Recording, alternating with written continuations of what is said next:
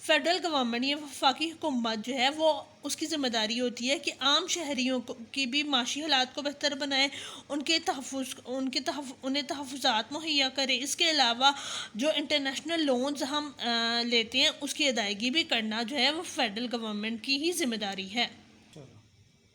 Third topic ہے the role of State Bank of Pakistan. پہلے آپ سمجھے اسٹیٹ بینک ہے کیا. اسٹیٹ بینک بینکوں کا بینک ہے. جس طرح ہم عوام کو یا ایک شخص کو قرض لینے کے لیے یا پیسے جمع کرنے کے لیے بینک جاتا ہے اور بینک سے قرض لیتا ہے اور بینک میں پیسے جمع کراتا ہے، اس طرح جب بینکوں کو قرض لینا ہوتا ہے یا بینکوں کو پیسے جمع کراتے ہیں تو ان کا ایک بڑا بینک ہے جسے اسٹیٹ بینک آف پاکستان یا سینٹرل بینک آف پاکستان کہتے ہیں. پاکستان کا جو اسٹیٹ بینک آف پاکستان ہے یہ 1 جولائی 1948 کو کراچی میں بنا. اس کا سب سے اہم کام کیا ہے کہ پاکستان میں جو بینکوں کا نظام ہے اس کو صحیح طریقے سے چلائے اور معیشت کے صحیح طریقے سے کام کرنے میں جو وفاقی حکومت یا فیڈرل گورنمنٹ ہے اس کی مدد کرے. جو ہیڈ آفس ہے اسٹیٹ بینک کا وہ کہاں پہ ہے؟ کراچی. اور یہ کراچی میں جو اسٹیٹ بینک ہے وہ تمام پاکستان میں جتنے بھی بینکس ہیں ان کو کنٹرول کرتے ہیں. اب فنکشنز آف اسٹیٹ بینک یعنی اسٹیٹ بینک کے کام کیا ہیں؟ سب سے اہم کام ہے کہ وہ ملک میں جو پیسے یا منی ہے ان کی سپلائی کو کنٹرول کرتا ہے. پھر وہ کرنسی نوٹ جاری کرتا ہے. پھر فورن ایکسچینج کیا ہوتا ہے؟ باہر سے جو ہمیں پیسے آتے ہیں یا پیسے ہم ادا کرتے ہیں اس کو کنٹرول کرتا ہے. پھر اس کی ذمہ داری ہے کہ حکومت کی جو بیرون ملکوں سے قرضے لیے ہیں ان کی ادائیگیاں یا ان کی وصولیاں جو ہے وہ کرتے ہیں. اس کے علاوہ یہ جو پاکستان میں جتنا بینکنگ سسٹم ہے اس کو بہتر بنانے کے لیے اقدامات کرتا ہے. نئے آنے والے بینکاروں کو یعنی جو بینکنگ سیکٹر میں لوگ کام کرنا چاہتے ہیں ان کو ٹریننگ مہیا کرتا ہے. اس کے علاوہ گورنمنٹ کے جو امپلائیز ہیں ان کو سیلریز پینشنز ادا کرتا ہے. اس کے علاوہ جتنے بھی کمرشل بینکس ہیں یعنی وہ بینک جن میں ہم پیسے محفوظ رکھتے ہیں جیسے نیشنل بینک، الائڈ بینک وغیرہ، ان کو جب قرضوں کی ضرورت پڑتی ہے تو وہ قرضے کس سے لیتے ہیں؟ اسٹیٹ بینک سے. اس لیے ہم اسٹیٹ بینک کو کہہ سکتے ہیں نا کہ یہ بینکوں کا بینک ہے. اس کے علاوہ انٹرنیشنل انسٹیٹیوٹس جیسے ورلڈ بینک، IMF سے جو قرضہ پاکستان نے لیا ہوتا ہے ان کی ادائیگی میں اور ان سے تعلقات بہتر بنانے میں بھی اہم کردار ادا کرتا ہے. Fourth the economic system of Pakistan یعنی پاکستان کا معیشت کا نظام کیا ہے. وہ کہتا ہے دنیا میں 4 معیشت کے نظام جو ہیں وہ رائج ہیں. پاکستان میں ایک مکسڈ نظام ہے. ایسا مکسڈ نظام وہ نظام ہوتا ہے جس میں گورنمنٹ سیکٹر اور پرائیویٹ سیکٹر دونوں مل کر کام کرتے ہیں. اب سب سے پہلا پوائنٹ ہے اکنامک سسٹم جو پاکستان میں ہے وہ 3 شعبوں پر مشتمل ہے. Number 1 fiscal sector. Fiscal sector کیا ہے کہ یہ وہ سیکٹر ہے جس میں FBI آتا ہے، جس میں وہ گورنمنٹ کے ٹیکسز جن ذرائعوں سے حاصل ہوتے ہیں اور کیا گورنمنٹ کے اخراجات ہیں اس کو کنٹرول جو سیکٹر کرتا ہے وہ فسکل سیکٹر کہلاتا ہے. مونیٹری سیکٹر کو ہم عام زبان میں کہیں گے اسٹیٹ بینک اور بینکوں کے جو کام ہے وہ کون سا سیکٹر کرتا ہے؟ وہ مونیٹری سیکٹر کرتا ہے. تھرڈ سیکٹر جو پاکستان کی اکانومی کا ہے وہ ایکسٹرنل سیکٹر ہے. ایکسٹرنل ورڈ سے آپ کو سمجھ آ جائے گی، اس سے مراد بیرونی یعنی پاکستان کی تجارت، پاکستان کی فورن ایکسچینج، پاکستان کو جو باہر سے انویسٹمنٹ آتی ہے وہ سارا سیکٹر جو کنٹرول کرتا ہے وہ ایکسٹرنل سیکٹر کہلاتا ہے. پاکستان کی جو اکانومی ہے وہ 43rd ہے largest economy in the world. Gross domestic product یا GDP کو ہم عام زبان میں کہیں گے کہ پاکستان کی سالانہ آمدنی کیا ہے. پاکستان کی سالانہ آمدنی جو ہے وہ $284 بلین ہے. یہ وہ GDP کیا ہے؟ یہ وہ آمدنی ہے جو اشیاء اور خدمات جو پاکستان میں استعمال ہوتی ہیں ان کے پورے سال سے جو آمدنی ہمیں حاصل ہوتی ہے وہ GDP ہے. پاکستان میں جو سب سے زیادہ آپ کی معیشت کو سپورٹ کرتا ہے سیکٹر وہ ہے سروسز سیکٹر. سروسز کسے کہتے ہیں؟ خدمت کو. جیسے ڈاکٹر ہماری خدمت جو کرتے ہیں، اس کے علاوہ ٹیچرز، پھر نرسز، یعنی سروسز سیکٹرز یہ سیکٹرز کہلاتا ہے. یہ کتنا شیئر پاکستان کی اکانومی میں کرتا ہے؟ 55.6%. یہ سیکٹر کیا ہے؟ اس میں بینکس ہیں، انشورنس ہے. سروسز سیکٹر میں انشورنس کمپنی ہے، ٹیلی کمیونیکیشن ہے، انفارمیشن ٹیکنالوجی ہے اور روڈ ٹرانسپورٹ ہے. اور یہ سیکٹر جو ہے اس میں پبلک اور پرائیویٹ دونوں سیکٹر جو ہیں اس میں اہم کردار ادا کرتے ہیں. اس کے علاوہ جو پاکستان کی معیشت میں سب سے اہم کردار ادا کرتا ہے، یعنی پاکستان کو جس سیکٹر سے سروسز سیکٹر کے بعد زیادہ آمدنی حاصل ہوتی ہے وہ کون سا ہے؟ ایگریکلچر یا زراعت یا کھیتی باڑی. اس کے بعد جو تیسرا سیکٹر ہے پاکستان کا بڑا، وہ کون سا ہے؟ وہ انڈسٹریل سیکٹر ہے. اس سے حاصل ہونے والی آمدنی کتنی ہے؟ 19.2. اور ایگریکلچر سیکٹر یا کھیتی باڑی سے 25.2 جو ہے وہ ہماری اکانومی میں کنٹریبیوٹ کرتا ہے agriculture sector. Last topic, how does the government use money, یعنی جو آمدنی گورنمنٹ جو ہے فیڈرل بورڈ آف ریونیو کے ذریعے جو ہے اکٹھی کرتی ہے ٹیکسز کے ذریعے، تو انہیں خرچ کہاں کرتی ہے گورنمنٹ؟ فیڈرل گورنمنٹ اور پروویژنل گورنمنٹ دونوں جو ہے وہ کہاں خرچ کرتی ہیں؟ وہ اسٹیٹ ہاسپٹلس بناتی ہے، اسکولز بناتی ہیں، کالجز بناتی ہے، پھر سیونگ اسکیمز بناتی ہے، پھر لائبریریز بناتی ہے، ویلفیئر کے کام کرتی ہے، روڈز بناتی ہیں، آرفن ہاؤسز بناتی ہیں. یہ سارے کام وہ ہیں جو گورنمنٹ جو ہے فیڈرل بورڈ آف ریونیو کے ذریعے جو آمدنی ٹیکسز کی صورت میں اکٹھی کرتی ہے وہ ان چیزوں پر عوام کی فلاح و بہبود پر خرچ کرتی ہے. پاکستان میں جو ہے وہ ڈومیسٹک اور ایکسٹرنل ریسورسز جو ہے وہ فنکشن کرتے ہیں. پاکستان میں ایف بی آئی جو ہے وہ ٹیکس کلیکٹ کرتا ہے، اور نہ صرف ٹیکس کلیکٹ کرتا ہے بلکہ ٹیکسوں سے حاصل ہونے والی جو آمدنی ہے اس کو صوبوں میں اور وفاق میں تقسیم بھی کرتا ہے. اب ٹیکسز کیا ہیں؟ ٹیکسز کمپلسری پیمنٹ ہوتی ہے.